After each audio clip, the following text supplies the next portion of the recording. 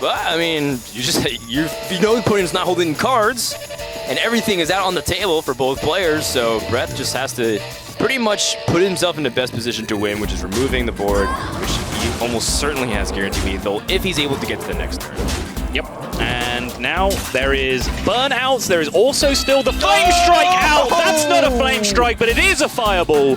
And Dr. Hippie played to his outs, picked up the fireball, squares up the series. Why are we surprised? And now Omega Zero is going, okay, can I kill you? Now, there is that Malagos on the other side of the board, which is terrifying, but there's a lot of burn in Omega Zero's hand. Yeah. And he's on 28. Like, is Malagos, you've seen Moonfire used already. Is Malagos just going to single-handedly kill you from 28? if he hadn't used Raven Idol, he may have potentially induced Omega Zero to be more likely to just throw burn in his face. Yeah. Because there's... Oh!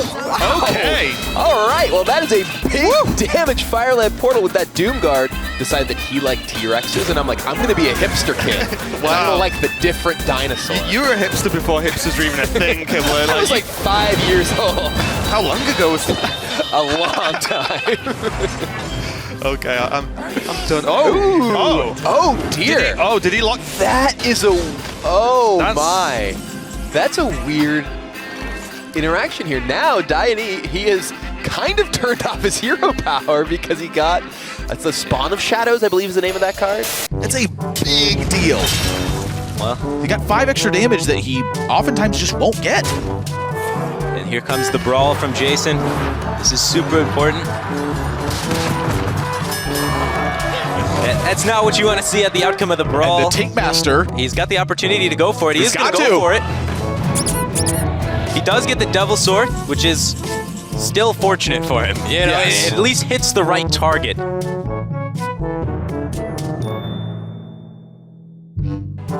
Yep, Nourish is not what he's looking for at this point. He's already so deep into the build, his extra card draw just doesn't really matter that much. And I think he's taking Mulch to make sure he can eventually hedge He's against taking this. it to steal There his we go. opponent's Sylvanas with his Sylvanas, which is a very, very good play right now for the board state situation. But not only that, in the future, Jason's Nazos not going to bring back Sylvanas because his Sylvanas didn't die. That's a big it was deal, actually. taken. That is actually a really huge deal. Yeah. And of course, the Living Roots as well. That picks up a second freezing trap. That's not it. Oh, so man. the bow is going to go through, and basically this is just a reset situation of what we saw last turn. Dr. Hippie has himself a draw to just find a clean solution. If the clean solution isn't there, then he can go with the Yogg Plaid. Oh! Come on! Aww. Please, Wow. He hasn't seen very much burst at all. That's a scary... I feel like you want to heal first and then combat it like that. Oh, Low roll. that's the worst one, right? Play Horse Rider, see what happens. It's like, right, okay, now carry on. You know, that was stage 1 of the turn. Yeah. And then you build on it going forward. Maybe Violent Ball. What minion are we going to get? Ooh, this- unlucky. This just upsets me.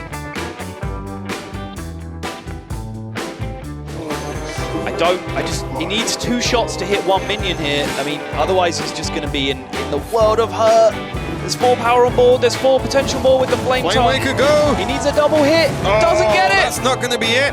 And with the addition of Flame Tongue Totem, these other totems are going to end the game for Amnesiac, and he's going to win over Dr. Hippie 4-1. I like it. Counterattack.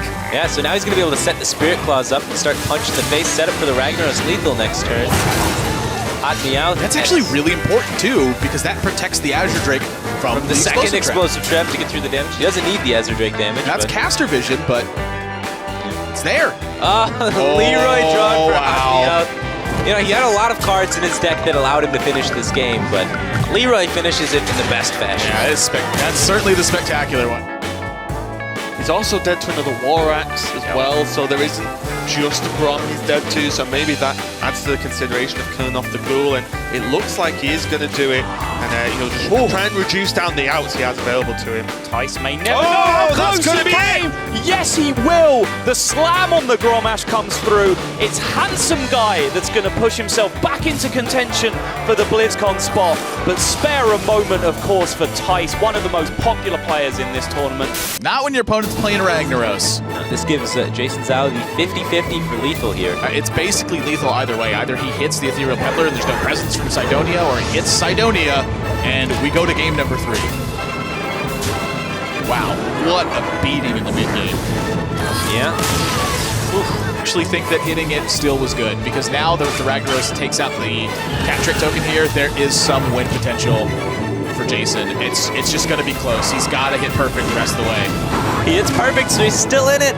Cydonia, though, he's got a rag of his own. Yeah, the rag could really... And this Yogg is just sitting under this freezing trap. It's just isolated. Yeah, just waiting for an innervate, maybe.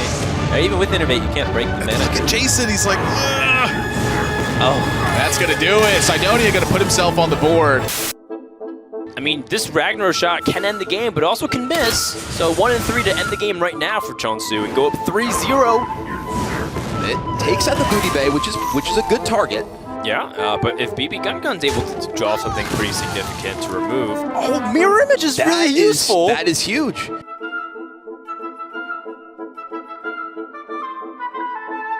This still has an opportunity. Wow, this game looked all but over, but Gungun has climbed back in. Okay, to the face isn't necessarily that bad of an option. Savannah Highmane's not going to do it. Well, this does potentially put another 1 and 3 to end the game. 50% or 1 and 3 again to kill the Ragnaros. Ragnaros is it down. Shoots the Ragnaros down. Once again, has to hit this 50% chance to end the game, or BB Gungun has another draw. Yeah, he has another draw to potentially come back. This is yet another Ragnaros shot. Oh, and it finally hits the face. Inkling of hope here for BB Gungun, but still going to be tens. Once again, he's on a turn where Ragnaros can straight up end the game. And I think, I mean, for Chonsu here, BB Gungun is so low on life that this Ragnaros is either removing key minions from the board or just killing your opponent. And you're able to, with this Mire Keeper, generate threats. Now, no matter what your opponent draws, there it is. And the series has ended. Chonsu. The weak turn now, because you can even, wow, that Ancient of War is huge. You can even combine it with other small minions. Next turn, what? Oh my god, the deadly shot. The call was made. There's an Ancient of War. Deadly shot constrained hand, and this could not be better for Cydonia. Almost. Yeah, the Buns has been stuck in hand for quite a long time. He had it in his hand on turn 4 and just chose not to play it. It's been stuck there ever since. That's an Apprentice. That gives him a massive turn now. Wait, well, now you can actually play all of that. Yep. Pretty much everything. Just chooses not to play the Azure Drake because he really wants to account for the fact that Arcane Missiles guaranteed hits. A little bit of a rush turn, but point is he needs to hit. He doesn't. Oh, now the outs! The outs! Wow! My goodness. Prep! Sinister Strike! Is EU about to get rolling, Dan? That's up 3-0, and Jaunty didn't really take his time to think through some of the options.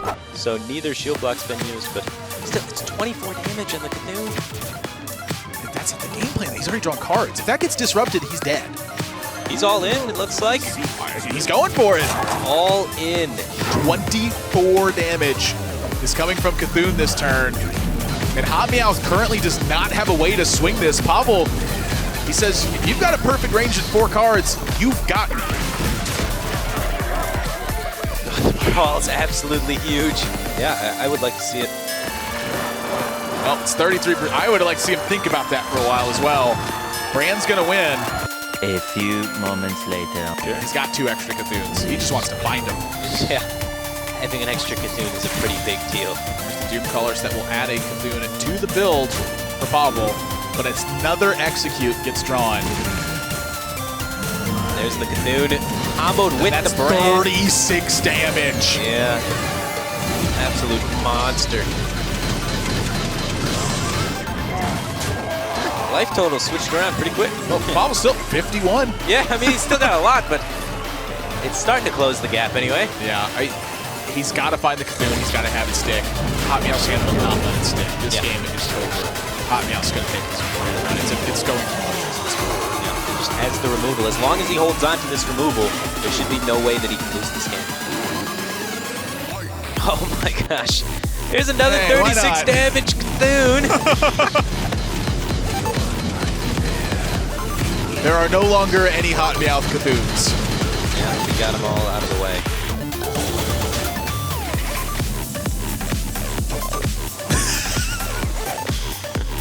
Maybe if all 18 hits base, he's not even gonna play it. Check out my new Overwatch channel for that good stuff. You feel me?